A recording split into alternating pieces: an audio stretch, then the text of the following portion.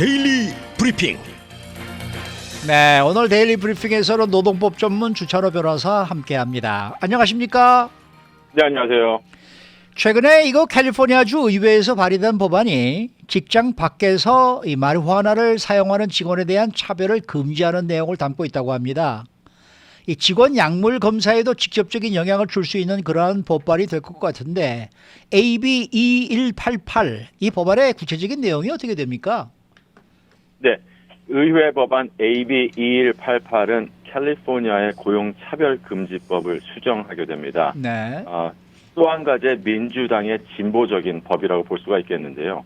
고용주가 직장 외에서, 직장 밖에서 업무 시간 외에 대마초를 사용하는 직원을 차별하는 것을 불법으로 하는 법안이 되겠습니다.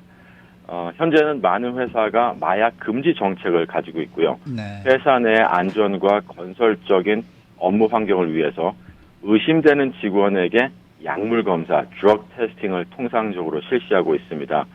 검사 결과가 양성일 경우에는 당연히 주의나 해고 조치를 취할 수 있겠는데요. 이 부분에 대해서 AB 2188은 소변이나 혈액이나 머리카락 또는 체액에서 대마초 성분을 검출을 해서 이러한 약물 검사에 실패한 구직자나 직원에 대한 차별을 방지할 것입니다. 네. 이 차별을 방지하는 뜻이 뭐냐고 물어보실 수 있겠는데요. 이 차별을 방지한다는 뜻은 이러한 테스팅에 약물 검사에 실패를 해도 양성 반응이 나와도 주의나 징계나 해고를 법적으로 허용하지 않겠다는 의도라고 볼 수 있겠습니다. 네. 네.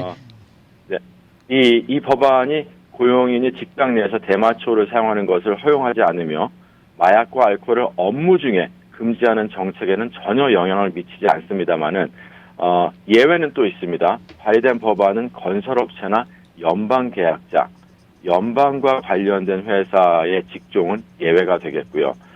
만약 이 법안이 통과될 경우 AB 2188은 이 대마초 사용자에게 직장 보호를 제공하는 최초의 캘리포니아 법률이 될 것으로 예상되고 있습니다. 이 법안의 관건은 근무 시간 외에 업무 시간 외에 직원의 합법적인 행위를 직장에서 차별 근거나 징계 근거로 할 수 없다는 이야기가 되겠습니다. 네, 조금 헷갈리는 부분이 있는데요. 근무 시간 네. 외에 만약에 네. 이제 대마초를 사용을 할 경우에 직장 밖이라 그러면은 우리가 지금 현재 그 담배 같은 경우에도 건물의 몇 피트 안에서는 안 된다 이런 조항들이 있잖아요. 네네. 네, 대마초도 담배와 같은 그 조항을 따르되 대마초를 사용하느냐 안 하느냐는 회사에서 묻지 않겠다 이런 건가요? 아닙니다. 죄송합니다. 제가 좀 더 확실하게 말씀드리겠습니다. 네. 직장 밖에서라는 뜻은 예. 회사 건물의 아웃사이드라는 뜻이 아니라 네. 회사 밖에서 업무 시간이 종료된 이후에 아하. 집이나 업무 시간이 다른- 아닌 시간을 말씀드리고 있습니다. 다른 장소에서 네. 네, 맞습니다. 아하, 알겠습니다. 네. 네. 그러고 보니까 캘리포니아 노동법이 굉장히 많이 이제 진보적이잖아요. 예. 그러면 고용주들은 AB 2188과 관련해서 회사 정책을 어떻게 세워야 되는 건가요? 네, 이 정책과 집행이 사실 노동법상 가장 힘든 부분입니다. 고용주는 직원이 근무하는 동안 알코올이나 어떤 대마초 흡연으로 구체적이고 명확한 증상을 나타내면서 직원의 성과를 감소시키고 또 업무 환경이나 동료들에게 피해를 준다는 선의의 믿음을 법원에서 입증할 수 있는 경우에는 직원을 충분히 징계할 수가 있습니다.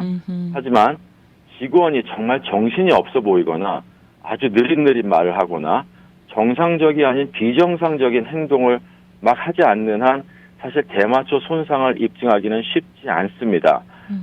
약물 테스트를 할 수도 있겠지만 대마초의 경우는 며칠 또는 몇 주 동안 사람의 시스템에 머물 수가 있기 때문에 네.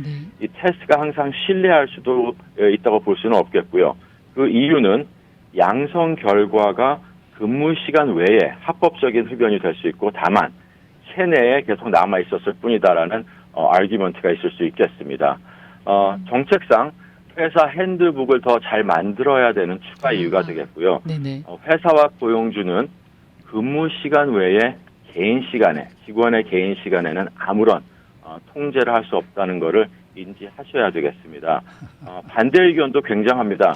캘리포니아 상공회의소는 2188이 제정될 경우에 이 marijuana에 대한 고용전 테스트를 제한하거나 제거하고 정책을 더 어렵게 만들고 또 이런 회사들이 또 하나의 소송의 희생양이 될 것이라는 우려를 제기를 했습니다. 이 법안은 주지사 책상에 오르기 전에 캘리포니아 주의회 양원을 모두 통과해야 되겠고요.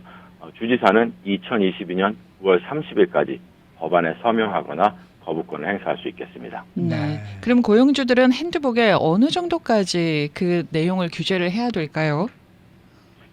핸드북에서는 이제 업무 시간 내에 또 업무 시간 중에는 당연히 이러한 어떠한 마리화나나 알코올이나 이런 것을 흡연이나 주입할 수 없다는 게 당연히 들어가야 되겠고요. 네. 중요한 거는 직장 외에서 업무 시간 외에 하는 거에서는 무관하게 직장 내에 어떠한 퍼포먼스나 성과를 위해서만 드럭 테스트를 의심이 가는 직원에게 할 수 있다라는 그러한 정책이 정확하게 명백하게 들어가 있어야 되겠습니다. 네. 지금 댓글에 한 분을 올려주셨는데 캘리포니아주가 점점 더 미쳐가는군요라고 썼습니다. 네, 캘리포니아 주뿐만이 아니라 물론 그렇죠. 예, 네이션와이드로 이제 뉴욕 같은 주에서는 이러한 이 대마초나 메리화나에 대한 전과 기록도 더 이상은 보지 않겠다. 채용 시에 그러한 추세로 변해가고 있습니다. 네. 자, 이 직원과 일손이 부족함이 계속되고 있는데 이 스태핑 에이전시, 그러니까 인력 파견 업체를 이용하는 고용주들이 늘고 있다는 소식입니다. 이에 따라서 이 법정 분쟁도 뭐 당연히 늘고 있겠죠. 이 임시 직원에게 건강이나 안전에 문제가 있으면은 이게 회사 책임입니까? 아니면은 인력을 제공한 업체 책임입니까? 네, 이 파견 업체 에이전시와 고용주가 공동으로 임시직 직원을 책임져야 합니다. 최근에 일손이 너무 많이 부족해서 예전에는 많이 사용하지 않았던 에이전시, 파견 업체를 사용하는 회사들이 굉장히 많아졌고요. 네. 이럴 경우에 과연 이 임시 직원이 다쳤을 때 누가 책임을 져야 되느냐는 질문이 항상 발생을 하고 있습니다. 일단 에이전시의 역할은 직원이 호스트 고용주와 함께 임시직을 할 수 있도록 준비시키는 것이 되겠고요. 위험한 상황을 구별할 수 있고 위험한 상황에 직면했을 때 자기 자신을 보호할 수 있는 기본적인 능력을 가질 수 있도록 안전과 보건 교육을 제공해야 됩니다. 또한 임시 근로자가 회사에 가서 일을 할 때, 호스트 회사에 가서 일을 할 때 부상이나 질병이 있을 때 회사의 인사부나 HR에 어떻게 보고를 해야 되는지 그 통로도 교육을 시켜야 되겠고요. 에이전시는 직원이 고용주로부터 현장 교육을 받도록 할 책임이 있겠습니다. 참고로 중요한 점 하나는 이 교육이 트레이닝이 굉장히 중요한데요. 직원이 이해할 수 있는 언어와 어휘로 반드시 이루어져야 되겠습니다. LA 같은 이러한 멜팅 팟을 보게 되면 다민족과 다인종이 있기 때문에 예를 들어서 근로자가 스페니쉬를 사용하는 경우에는 교육이 스페니쉬로 수행되어야 되고요. 또한 트레이닝을 받는 비숙련 직원이 있을 수가 있겠습니다.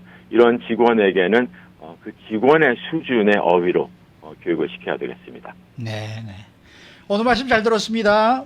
네, 감사합니다. 네, 지금까지 노동법 전문 주찬호 변호사와 함께했습니다.